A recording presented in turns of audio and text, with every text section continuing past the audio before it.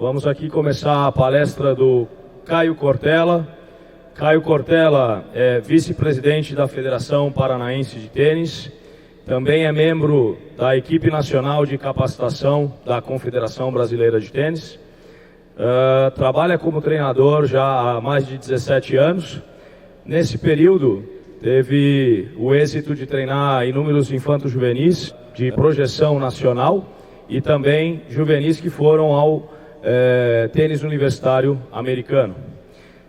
Foi coordenador de formação esportiva do Minas Tênis Clube, doutor em Ciências do Movimento Humano pela Universidade Federal do Rio Grande do Sul, tem contribuído com inúmeras publicações em diversos artigos relacionados ao tênis.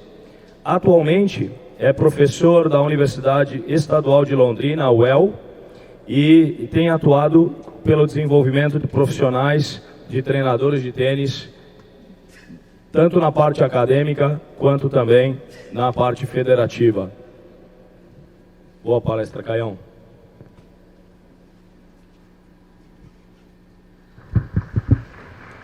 Boa tarde. Tá bom o som? Muito alto? Muito baixo? Bom, boa tarde a todos. É um prazer estar aqui com vocês, compartilhar essa sessão. O tema da minha apresentação são os 10 anos da campanha Play and Stay. O que dizem os estudos, né? Então, há pouco mais de 10 anos, a ITF lançava a campanha Play and Stay com o objetivo de propagar o tênis ao redor do mundo e de que mais pessoas jogassem tênis em todo o mundo. Dentro da campanha, o trabalho com as crianças até 10 anos, que depois veio a se chamar o programa Tênis 10, foi o programa que recebeu maior atenção por parte dos treinadores. Rapidamente, todo mundo começou a adotar as ideias dos estágios vermelho, do estágio laranja, do estágio verde e essas adaptações de materiais. E algumas mensagens relacionadas à campanha, divulgadas para os treinadores, começaram a circular em todo mundo. Algumas dessas mensagens aí, todos vocês receberam: bolas mais lentas, raquetes menores, jogo fácil. O tênis é fácil, o tênis é divertido. Bolas mais lentas, quadras menores, jogo mais fácil. E bolas mais lentas, quadras menores, juvenis melhores. E a pergunta que eu faço para vocês que estão aí, que trabalham há muito tempo com tênis, é: será? Será? Essa é a pergunta. Muitos treinadores começaram aqui, já com a campanha funcionando, e ao mesmo tempo temos muitos treinadores aqui com um histórico enorme de formação de jogadores e que não trabalhavam com essa proposta. A minha ideia aqui com vocês é mostrar o quê? O que os estudos têm falado sobre os impactos que a adaptação dos materiais propostas para a campanha do Tênis 10 tem demonstrado de evidência. Esse é o meu desafio aqui com vocês. E eu começo mostrando o primeiro estudo para vocês, que é sobre os impactos dessas adaptações dentro da sessão de treino. O que essas adaptações podem promover dentro da sessão de treino? Num estudo muito interessante aqui com crianças que nunca jogaram tênis e que foram submetidas a 5 sessões de treino para aprender o forehand, com 4 combinações diferentes de materiais: bola vermelha e quadra vermelha e bola amarela, quadra toda e bola vermelha e quadra toda, bola amarela, que é a situação adulto. Essas crianças, elas participaram de 5 sessões de treino dentro do programa da Tênis Austrália, que é um programa pautado na ideia do jogo. Então elas tiveram jogos e jogos dirigidos, e os resultados foram os seguintes: as crianças que jogaram dentro da quadra vermelha independentemente da bola que elas utilizaram, tiveram maior oportunidade, ou seja, um maior volume de bolas durante as aulas. E a gente sabe que o volume é importante, porque para a gente aprender a gente tem que repetir. E se a gente tem oportunidade de fazer mais bolas dentro do mesmo espaço de tempo, consequentemente eu aprendo mais rápido.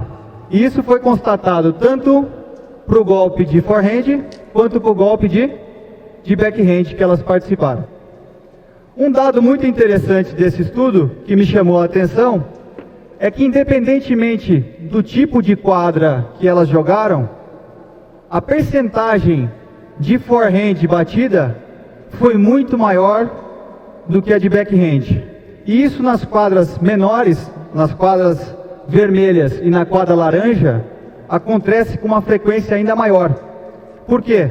Porque é muito fácil para as crianças conseguirem contornar e dominarem a quadra toda só com o forehand. Então é uma coisa muito importante para os treinadores que trabalham com formação desses jogadores se atentar para que o treino tenha os fatores condicionantes, como comentou o Rafa aqui na apresentação dele, que equilibrem as ações de forehand e de backhand, porque a gente sabe que o jogo profissional, em geral, os jogadores batem 1,2 forehand para cada backhand. Então essa diferença não é tão discrepante como acontece no processo de iniciação. E se a gente quer formar jogador completo, nós temos que focar em todos os aspectos que formam um bom jogador. Um outro dado muito importante, que aqui está muito difícil para vocês verem, mas que na tela aí vocês conseguem ver tranquilamente, é que os jogadores que trabalharam com a quadra pequena, que são esses que estão na linha vermelha aí da tela de vocês, eles tiveram maior sucesso, maior êxito durante a aula. Ou seja, além deles baterem mais bolas, eles conseguiram colocar mais bolas dentro da quadra. E isso é muito importante. Por que é muito importante? Porque nós precisamos ter sucesso, nós precisamos ter êxito. Que o Marrete costuma falar, e nós precisamos proporcionar desafios ótimos que proporcionem êxito, para que as crianças se sintam motivadas a seguir nessa prática. Tá? Então os resultados desse estudo mostraram basicamente que as crianças que jogaram com bola e quadra amarela foram as que tiveram as piores oportunidades de aprendizagem. Bateram um volume menor de bola e tiveram menos sucesso, conseguiram colocar menos bolas dentro da quadra. Consequentemente, as crianças que trabalharam com bola vermelha e quadra vermelha foram as que se mostraram mais motivadas para seguirem engajadas na prática. Por quê? Porque tiveram sucesso, tiveram êxito. E com relação às situações de jogo, o que os materiais adaptados eles têm impactado nas situações de jogo? Os primeiros estudos que falavam sobre os impactos das adaptações estruturais de materiais, eles eram feitos quase todos com tenistas iniciantes. E os resultados que a gente tinha geralmente é que as bolas e as quadras adaptadas proporcionavam um rally mais longo, porque dava mais tempo e as crianças trocavam mais bolas. Mas os estudos que estão sendo feitos agora com jogadores de nível avançado têm demonstrado que não é só isso não. Quando as crianças jogam, crianças de um bom nível, jogaram em quadra oficial com a bola verde e com a bola amarela, os autores aqui identificaram que as crianças que trabalharam com bola verde conseguiram colocar mais velocidade no rally do que as crianças que trabalhavam com a bola amarela. E isso passa nomeadamente por um aspecto, que é esse segundo aspecto. As crianças que jogaram com bola verde tiveram uma altura de impacto mais confortável. E isso possibilita elas a entrarem mais na quadra e serem mais agressivas.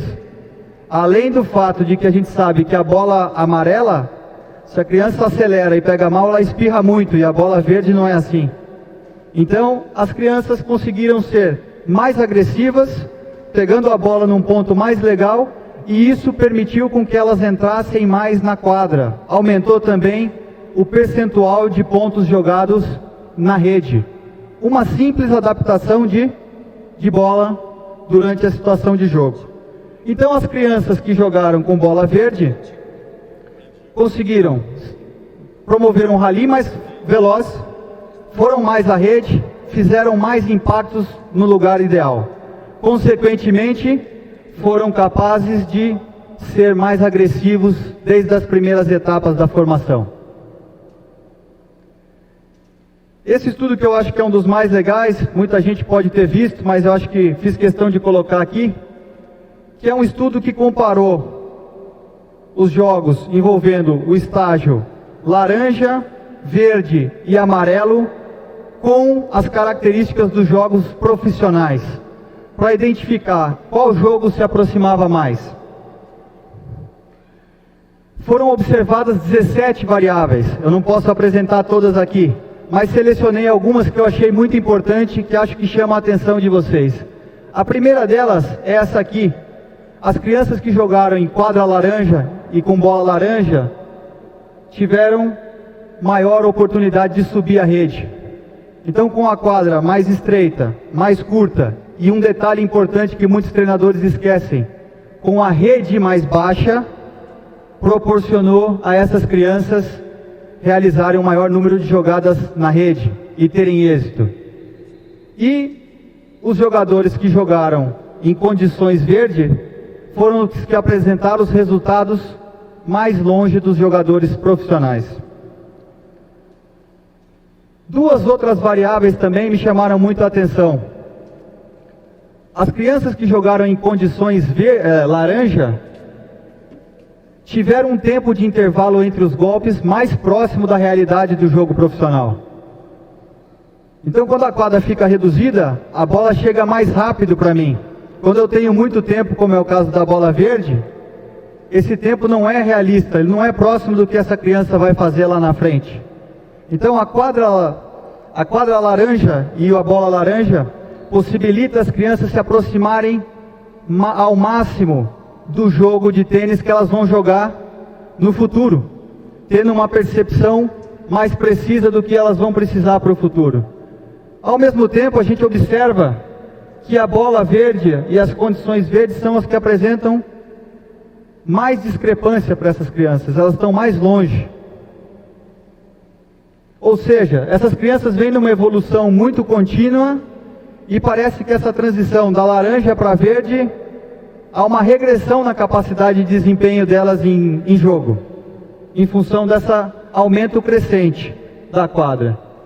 E qual que é a proposta dos autores para avançar com relação a isso? A proposta deles é a criação de um estágio, chamado de estágio limão, que seria um estágio entre o estágio laranja e o estágio verde, para tentar tornar esse processo menos traumático para as crianças. A gente tem que lembrar o seguinte, se a gente considera que a quadra de tênis convencional, oficial, ela é 100%, a quadra laranja é aproximadamente 70% dessa quadra. Mas se eu penso pelo lado da criança, que o 100% dela é a quadra laranja, quando ela passa a jogar na quadra toda, é como se tivesse um aumento de 70% na área de jogo. E isso, somado a uma bola mais rápida, é que provoca esse resultado e essa mudança no padrão que elas não conseguem acompanhar. Então os autores propõem o estabelecimento de um estágio intermediário, que é o estágio verde-limão. Esse estágio verde-limão provoca um aumento de 30% basicamente na quadra, na área. E com isso, torna o jogo um pouco mais próximo da realidade das crianças. Bom, já que você falou do estágio limão, há alguma evidência de que esse estágio realmente promova esse benefício? Esse estudo seguinte já começa a testar e a comparar os jogadores jogando em condições limão com os jogadores jogando em condição verde. E os resultados parecem ser promissores.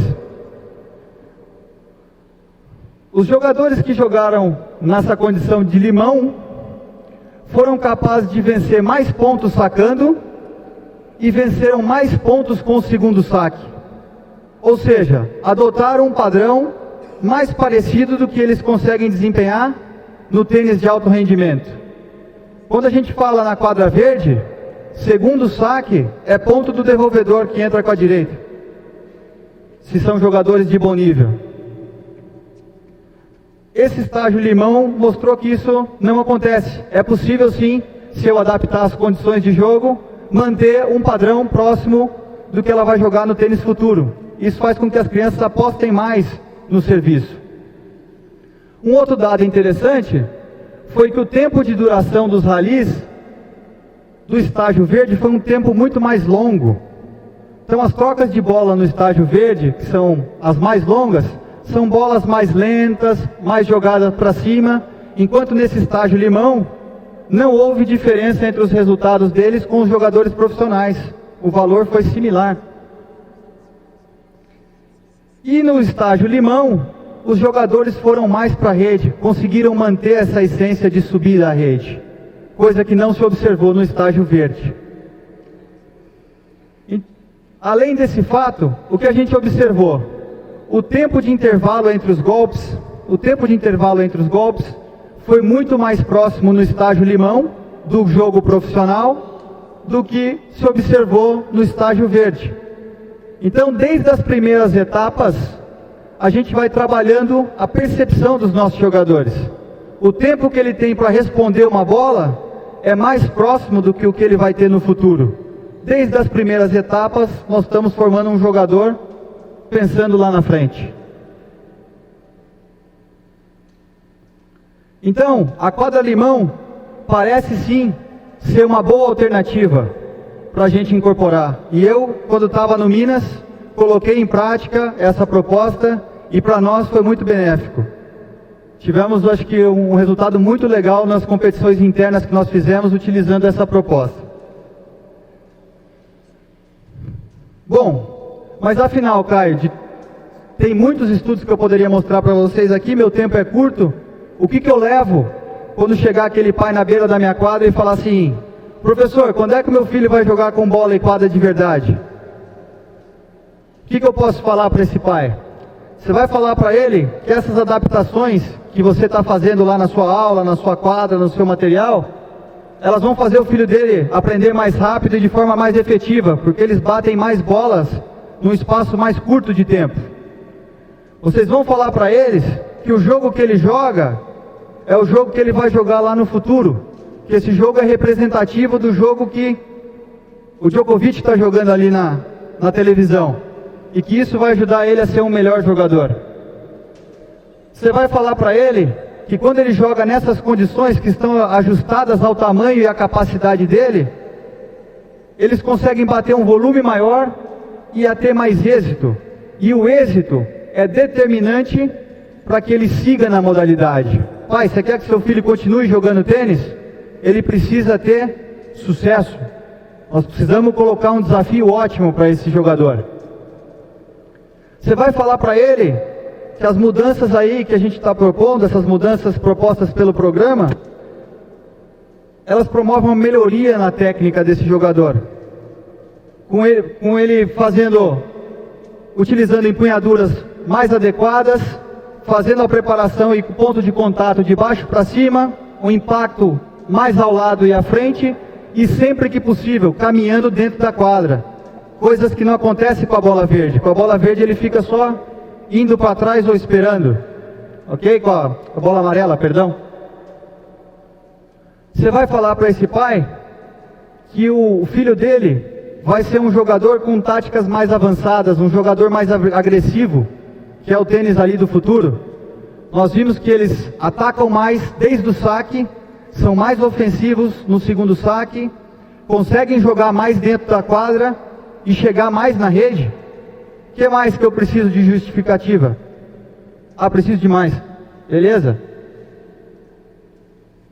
As crianças, quando jogam em diferentes condições, elas dizem que quando jogam com um material adaptado, elas se sentem mais satisfeitas, têm mais prazer de jogar, porque elas conseguem ter êxito. Não foi abordado aqui, mas como é um fórum de treinadores, acho fundamental. Também ajuda na prevenção de lesões. Se eu utilizo os equipamentos e os materiais adequados, eu previno lesões. Praticamente, para encerrar, eu não poderia deixar de deixar essa questão. Apresentei algumas evidências, mas tem uma questão que é fundamental, que ela ainda não está respondida. E como nós estamos num fórum aqui com quase 400 treinadores, eu preciso compartilhar para que todo mundo leve para casa e, quem sabe, né, a gente saia com uma resposta. E essa questão é a seguinte: quando e como nós devemos fazer as transições entre os estágios? A gente sabe que a utilização dos estágios, ela é fundamental. Tem mostrado resultado. Mas como é que eu faço essa transição? Eu troco a bola e a quadra ao mesmo tempo? Eu troco a quadra primeiro e mantenho a mesma bola? Eu fico na mesma quadra e troco a bola? Eu faço isso com drill, na situação com a bola nova, e na bola viva eu uso a bola velha? Poxa, são questões que a gente ainda não sabe responder. A Federação Internacional de Tênis lançou no final do ano passado o relatório dos 10 anos da campanha Play and Stay. E esse foi um dos pontos que ela destacou.